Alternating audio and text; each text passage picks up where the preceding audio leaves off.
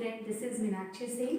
पिछले वीडियो में हमने आपको रिकंस्टिट्यूशन ऑफ पार्टनरशिप फर्म में कुछ एक्यूमुलेटेड प्रॉफिट, लॉस और रिजर्व के जर्नल एंट्री को बताया और आज की इस वीडियो में हम बिल्कुल नया ट्रैक लेकर आ रहे हैं जो रिकंस्टिट्यूशन होने के बाद स्वाभाविक है पार्टनर के रिलेशन में चेंज आएगा तो कहीं ना कहीं फर्म को कौन चलाती है, पार्टनर। तो जब पार्टनर का रिलेशन बदलेगा तो ऑटोमेटिकली हर चीज़ में बदलाव आएगा। तो सबसे पहला बदलाव आपने देखा सेक्रीफाइसिंग और गेनिंग रेशियो, फिर पुराना प्रॉफिट, पुराना लॉस, पुराना रिजर्व। इसके बाद कुछ और भी बदलेगा, जैसे एक नया वर्ड है एसेट्स एंड लायबिलिटी। आप ये वर्ड जानते ही होंगे।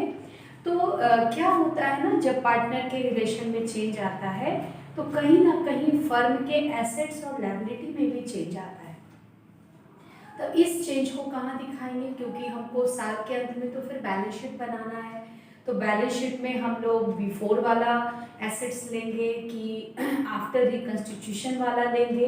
इसके लिए एक वर्ड बना जिसको हमने यहाँ लिखा है रीवैल्यूएशन अकाउंट। रीवैल्यूएशन इसको हिंदी में कहते हैं पुनर्मूल्यांकन खाता, यानी फिर से हम लोग वैल्यूएशन लगाएंगे।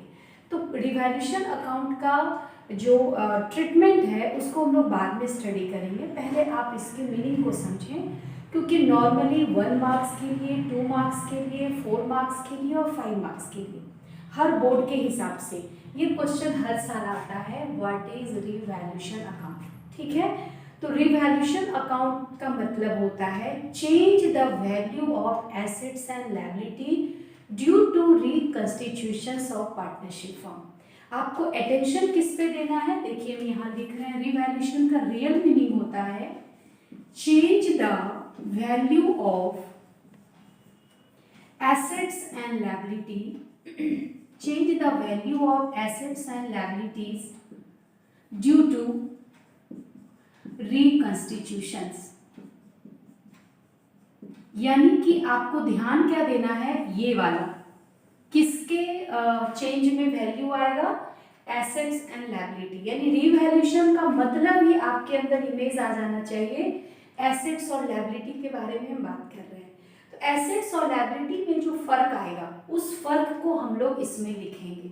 अब देखिए आपको एक एग्जांपल देते हैं। सपोज कीजिए रिकंस्टिट्यूशन से पहले, बिफोर रिकंस्टिट्यूशंस, मान लीजिए हम एग्जांपल में लैंड लेते हैं। तो लैंड हमारा एसेट्स है, तो बिफोर रिकंस्टिट्यूशंस इसका प्राइस 5 लाख था और आफ्टर रिकंस्टिट्यूशन यानी रिकंस्टिट्यूशंस के बाद इसी लैंड का दाम जो है वो 8 लाख हो गया। यानी कि रिकंस्टिट्यूशन से पहले 5 लाख था, रिकंस्टिट्यूशन के बाद 8 लाख हो गया। तो रिवैल्यूएशन अकाउंट में ना ही 5 लाख लेंगे ना ही 8 लाख लिखेंगे, क्योंकि 5 लाख तो होगा ही नहीं और बैलेंस शीट बनाएंगे उसमें 8 लाख लिखेंगे। तो फिर रिवैल्यूएशन में यानी हम लोग को शो करना है जो वैल्यू में कितने चेंज आए। तो वैल्यू में कितने चेंज आए, 3 लाख। तो हम लोग रिवैल्यूएशन अकाउंट में किस अमाउंट को शो करेंगे, 3 लाख को। तो चेंज द वैल्यू ऑफ, यानी जो भी दाम या तो बढ़ भी सकता है या घट भी सकता है। ये कोई जरूरी नहीं है जो एसेट्स का दाम इंक्रीज ही करेगा और डिक्रीज ही करेगा, वो इंक्रीज भी कर सकता है, डिक्रीज भी कर सकता है। लेकिन हम लोग क्या लेंगे, only for change the value. और एक चीज आपको रिमेंबर करना है, अगर किसी एसेट्स या लायबिलिटी में कोई चेंज नहीं आता है, सपोज कीजिए ये लैंड ही था, पुराना भी 5 लाख है और नया भी 5 लाख है, तो कोई चेंज नहीं आया।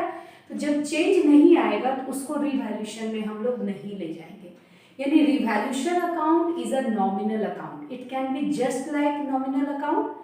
You know nominal account, all the expense and losses should be debit and all the incomes and profit should be credit.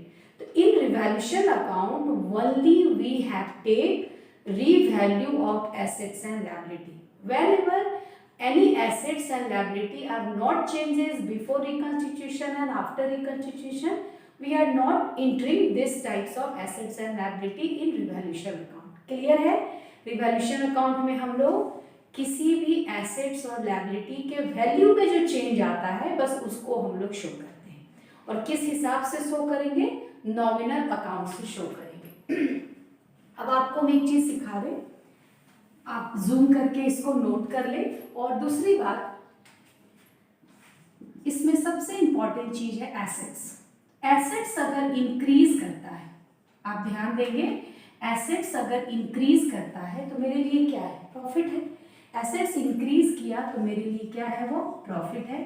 और यही एसेट्स अगर डिक्रीज करता है, यही एसेट्स हमारे लिए डिक्रीज करता है तो हमारे लिए क्या है, लॉस है। आप इस चीज को ध्यान रखेंगे।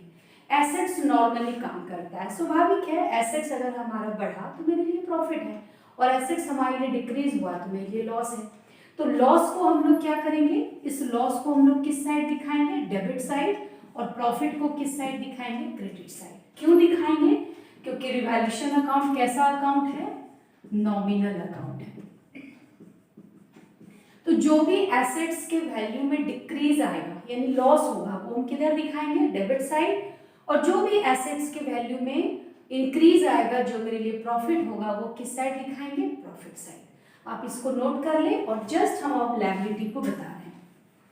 जैसे हम लोग का कोई भी एसेट्स का वैल्यू चेंज होगा, लायबिलिटी का वैल्यू चेंज होगा, उसको हम लोग रिवैल्यूएशन अकाउंट में दिखाएंगे। अब देखिए लायबिलिटीज, लायबिलिटीज के लिए भी सेम चीज है, बस ये उल्टा काम करता है।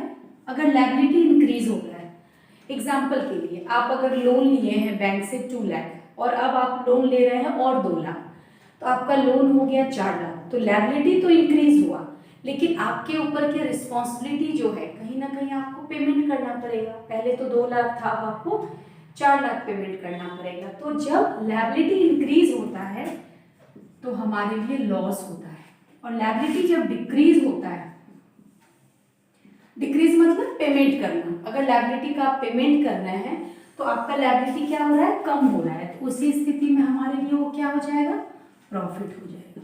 सिंपल सी बात है, आप एक ट्रिक से याद कर सकते हैं। एसेट्स हमारा नॉर्मल काम करता है, लायबिलिटी अपोजिट काम करता है। लायबिलिटी इंक्रीज करेगा तो लॉस होगा, लायबिलिटी डिक्रीज करेगा तो प्रॉफिट होगा। और लॉस को हम लोग किस साइड दिखाते हैं, डेबिट साइड में, और प्रॉफिट को किस साइड दिखाएंगे, क्रेडिट साइड में। तो आफ्टर ऑल अगर आप रिवैल्यूएशन अकाउंट बनाएंगे तो नॉमिनल की तरह ट्रीट करेंगे, और उसमें आपको जितना भी लॉस है, तो लॉस में क्या है, डिक्रीज इन एसेट्स और इंक्रीज इन लायबिलिटी, वो डेबिट साइड होगा। हम यहाँ फिर से लिख देते हैं, increase in liability and decrease in assets.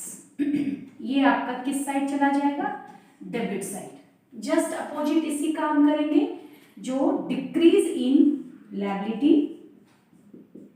Decrease in liability and increase in assets, ये किस साइड चला जाएगा, क्रेडिट साइड। आप अगर इसको दिमाग में सेट कर लेंगे तो आपके लिए प्रैक्टिकल बनाना बहुत आसान होगा, क्योंकि रिवैल्यूएशन अकाउंट केवल इस चैप्टर तक के लिए नहीं है।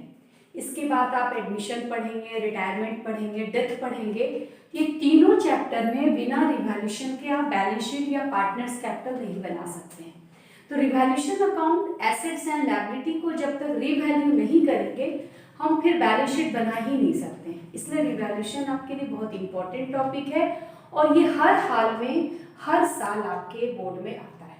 तो revaluation account change the value of assets and liability and it can be treated nominal account. All the losses and expenses should be debit and all the incomes and profits should be credit. तो आज के इस video में हम आपको रिवैल्यूएशंस का पूरा thorough बता दिए। नेक्स्ट वीडियो में हम इसके जर्नल एंट्री को लेकर आएंगे। तब तक आप क्या करेंगे, इसके नोट्स को बनाएंगे, और यह किस एंगल से फीचर्स है, रिवैल्यू दिखाता है, इसका आप नोट्स तैयार करके रखेंगे। आई होप आपको समझ में आ गया होगा। नेक्स्ट वीडियो के लिए तब तक थैंक यू सो मच।